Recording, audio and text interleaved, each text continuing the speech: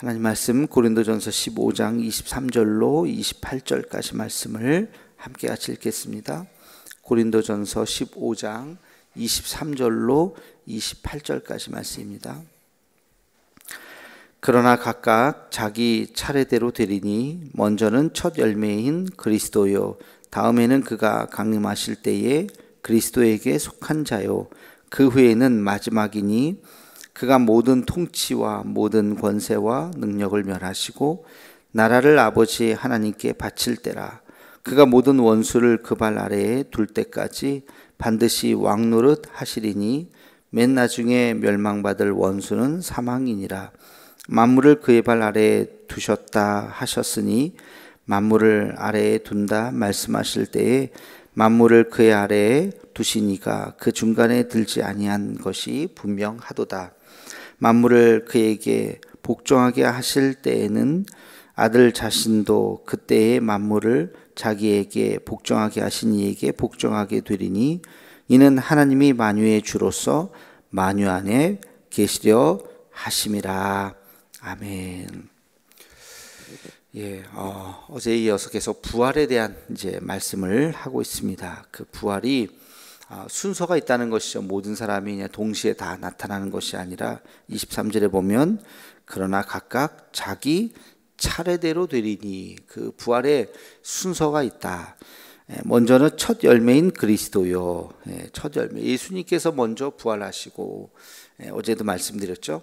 첫사람 아들 아담으로 인해서 사망이 오고 마지막 사람 그리스도로 인해서 생명이 부활이 왔다. 그 부활이 이제 예수님으로부터 시작이 된다는 것이죠. 그래서 첫 열매인 그리스도가 먼저 부활을 하고, 이거는 벌써 이미 2000년 전에 이루어졌죠. 그죠? 그리고 나서 그 다음에는 그가 강림하실 때에 그리스도에게 속한 자요. 이 강림이라고 하는 것은 재림을, 주님의 재림을 이야기하는 것이죠. 이 주님의 재림은 아직 이루어지지 않았죠. 그러니까 예수님께서 부활하신 일은 2000년 전에 이미 이루어졌고, 이제 그가 강림하실 그 일은 아직 이루어지지 않았죠. 그러니까 지금은 그 중간에 있는 것이죠. 그래서 이 강림하실 때에 어떤 일이 일어나느냐? 그리스도에게 속한 자가 부활한다는 것입니다. 그리스도에 속한 자가 다 일어나게 될 것이다. 여기서 말하는 부활이라고 하는 것은 영혼이 아니라 육체의 부활을 의미하는 것입니다. 이미 영혼은 우리가 죽는 그 순간, 우리의 영혼이 주님과 함께 가 있는 곳, 그것이 이제 보통 이제 낙원이라고 이제 우리가 통칭하게 되는, 내가 오늘 나와 함께 낙원에 있으리라.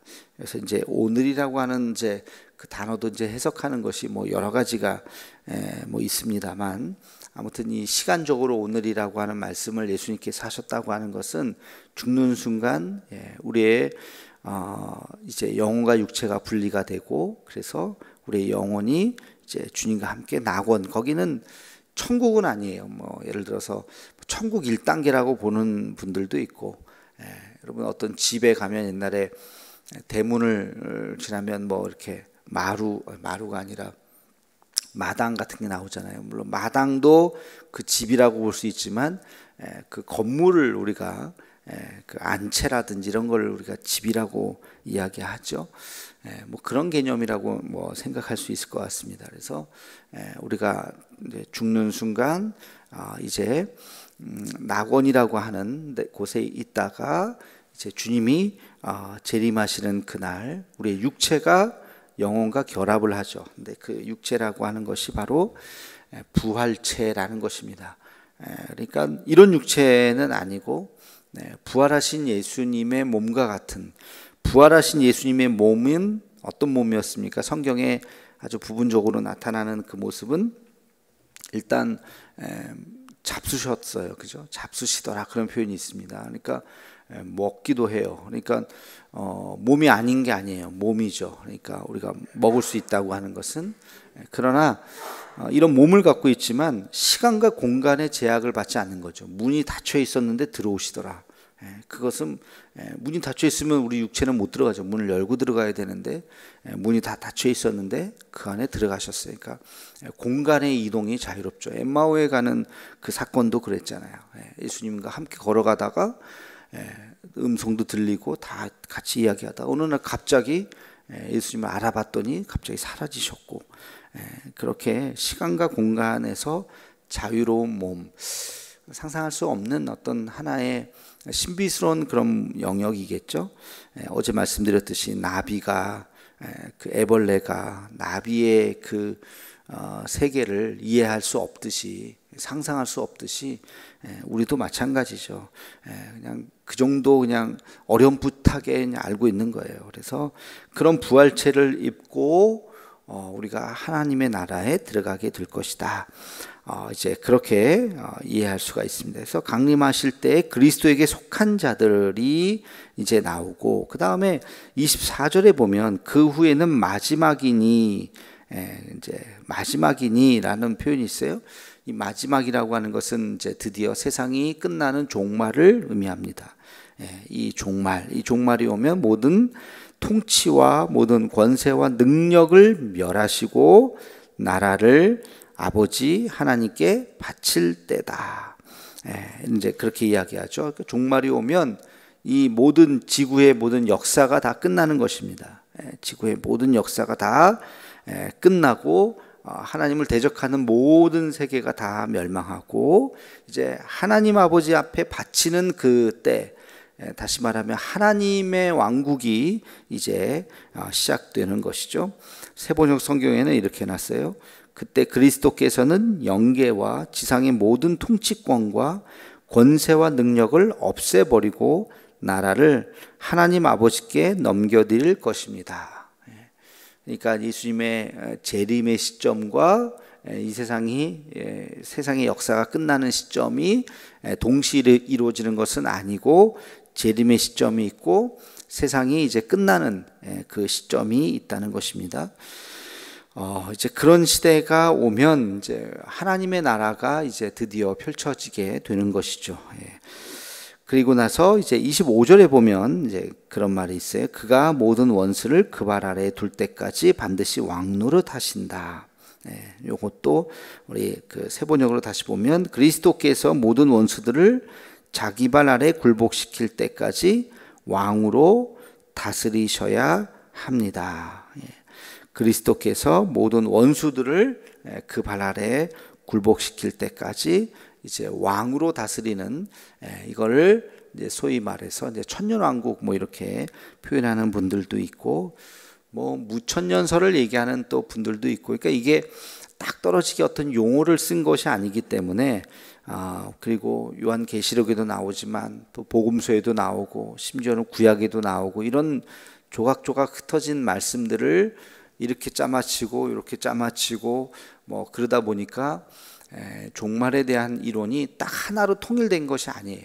종말에 대한 이론이 통일된 것이 아니라 조금씩 교파마다, 교단마다, 또는 뭐 좀 보수적인 기독교에서 말하는, 조금 진보적인 기독교에서 말하는 그 입장의 차이가 조금씩 다를 수 있다는 것입니다. 여러분들이 그거를 이해해야 돼요. 뭐 어떤 분들이 예를 들어서 우리 대도교회를 소개할 때 대도교회는 되게 큰 교회야, 이렇게 말하는 분들도 있겠죠. 그죠? 어떤 분들은 아니야, 대도교회는 그냥 고만고만한 교회야 라고 말하는 분들도 있을 거예요. 똑같은 교회의 겉모습을 보았지만 한 사람은 되게 큰 교회야 라고 말할 수 있어요. 그분의 말이 틀린 거예요? 아니죠. 작은 교회만 다녔던 분들이라면, 개척교회, 상가교회만 다녔던 분들이라면 대도교회 와서 와, 우리 교회 대도교회 되게 크다, 마당도 되게 넓다, 그분 말이 틀린 게 아니에요. 근데 또 큰 교회만 다녔던 분들이 와서 보면 그냥 고만고만하네, 뭐 그 말이 또 틀린 얘기는 아니에요. 그죠? 우리 교회보다 큰 교회가 또 많으니까.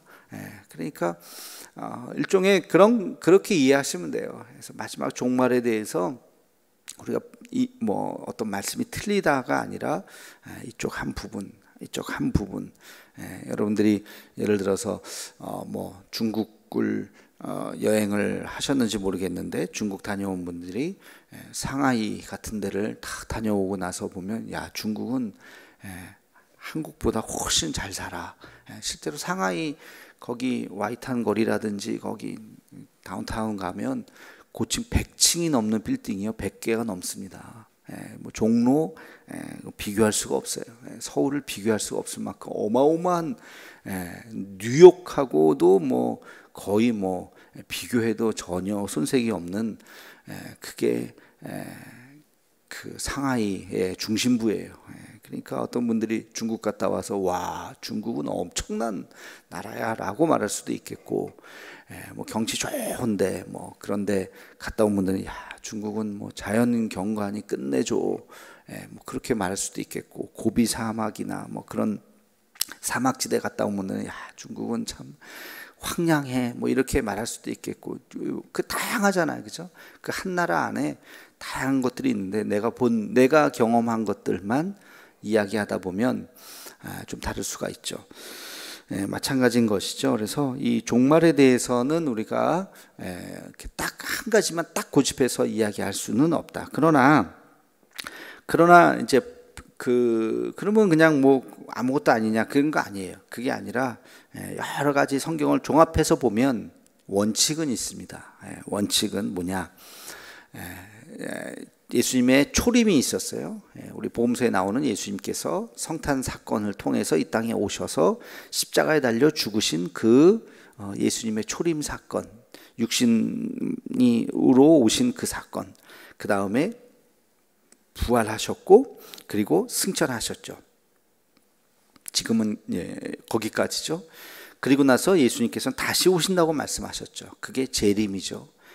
그때는 아직 이루어지지 않았어요. 그러면 승천과 재림 사이에는 성령의 시대입니다. 그래서 지금을 성령의 시대라고 이야기하는 거예요. 성령께서 내려오셨죠. 성령이 모든 것을 알게 하리라, 깨닫게 하리라. 그러면서 성경이 만들어졌고, 그리고 나서 우리도 성령을 통해서 이 모든 것들을 알게 되고 깨닫게 되고, 그래서 지금은 성령의 시대입니다. 그걸 다른 말로 은혜의 시대라고 말하기도 하고 교회의 시대라고 말하기도 합니다. 교회가 그 하나님의 그 일들을 감당하고 있기 때문에. 근데 이렇게 그냥 영원히 가는 것이 아니라 이것이 끝나는 시점이 있다는 거예요. 그 끝나는 시점이 뭐냐? 하나님 예수님의 재림의 때가 있다는 것입니다. 그때가 언젠지는 모르지만 그때가 분명히 임한다는 것입니다. 재림의 때가 임하고 그리고 이 세상은 멸망을 하게 된다는 것이죠. 지구가 끝나는 거예요.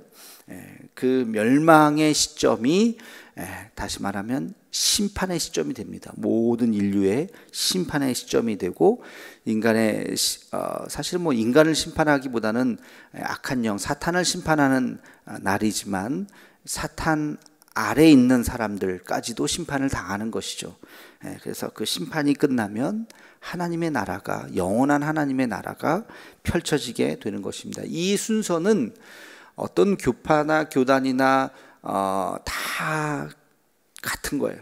다 같은 거예요. 이거는 거기서 조금 뭐 이렇게 강조점이 조금 다르고, 뭐 예수님의 재림이 한 번이냐 두 번이냐, 공중 재림이냐 지상 재림이냐, 휴거가 뭐 있느냐, 뭐 이런 것들은 뭐 조금씩 그 시점이나 뭐 천년왕국이 뭐 전천년이냐 후천년이냐 뭐 그런 것들이 조금씩은 다를 수 있지만 지금 말씀드린 이 공식은 달라지지 않는다는 것입니다. 그래서 오늘 말씀이 바로 그 부활의 순서에 대해서 이야기하면서 첫 열매인 그리스도, 예수님 먼저 부활하시고 그 다음에 그리스도에게 속한 자들이 부활하고, 그리고 나서 이 세상이 끝나는 시점이 있고, 그리고 맨 마지막에 멸망받을 26절에 보면 원수는 사망이다 라고 하는 그 악한 영 사탄의 무리들이 심판받는 그런 시점이 있고, 그리고 나서 하나님의 나라가, 영원한 하나님의 나라가 펼쳐질 것이다 라고 하는 것을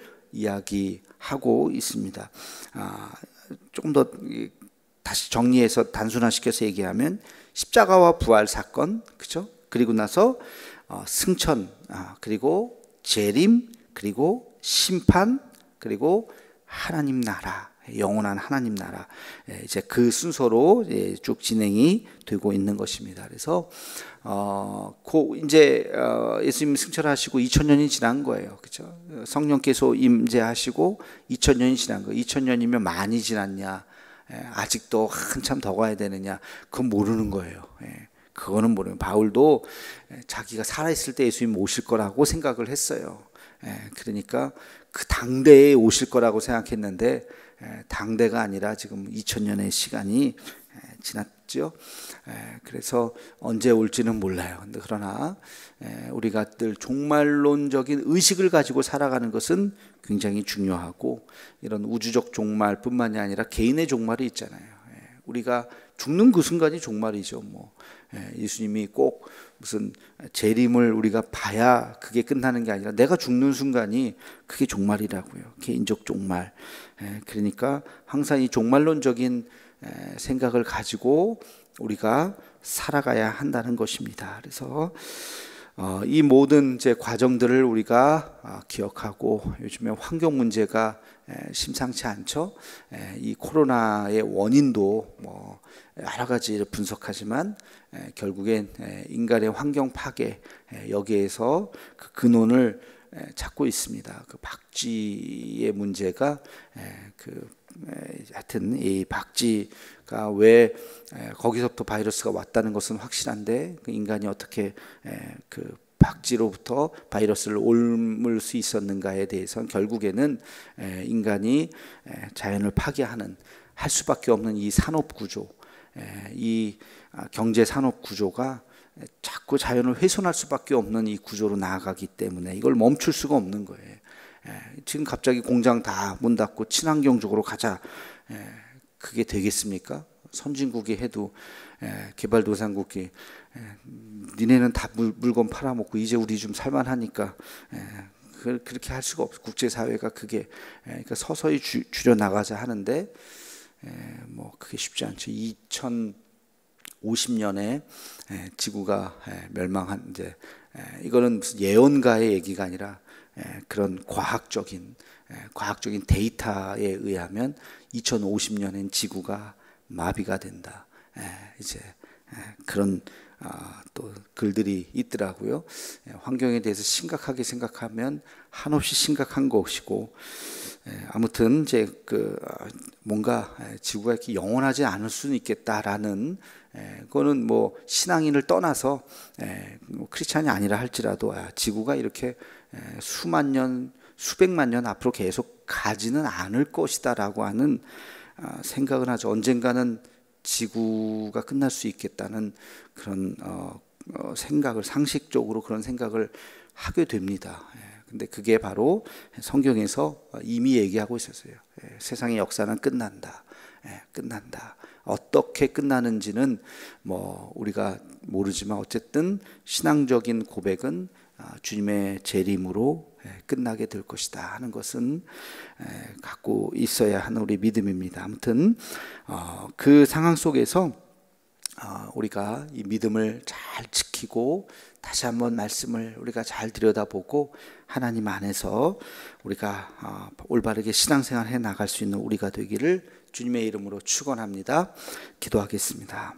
거룩하신 아버지 하나님, 오늘도 이제 마지막 때에 있을 그 바울의 말씀을 우리가 다시 한번 되새기면서, 하나님 아버지, 우리에게 또 마지막 재림의 때가 있고 심판의 때가 있고 이 지구에 또 마지막 때가 있다는 것을 잊지 않게 도와주시며, 무엇보다도 개인적인 종말의 시간들을 잊지 않고 신앙생활에 나아갈 수 있는 우리가 되게 하여 주시옵소서. 주님 앞에 서는 그날 부끄럽지 않는 모습으로 서게 하여 주옵시며, 지금 오늘 여기서 이 자리에서 우리가 해야 할 것이 무엇인지를 분별할 수 있는 우리 모두가 되게 하여 주시옵소서. 예수님의 이름으로 기도하옵나이다. 아멘.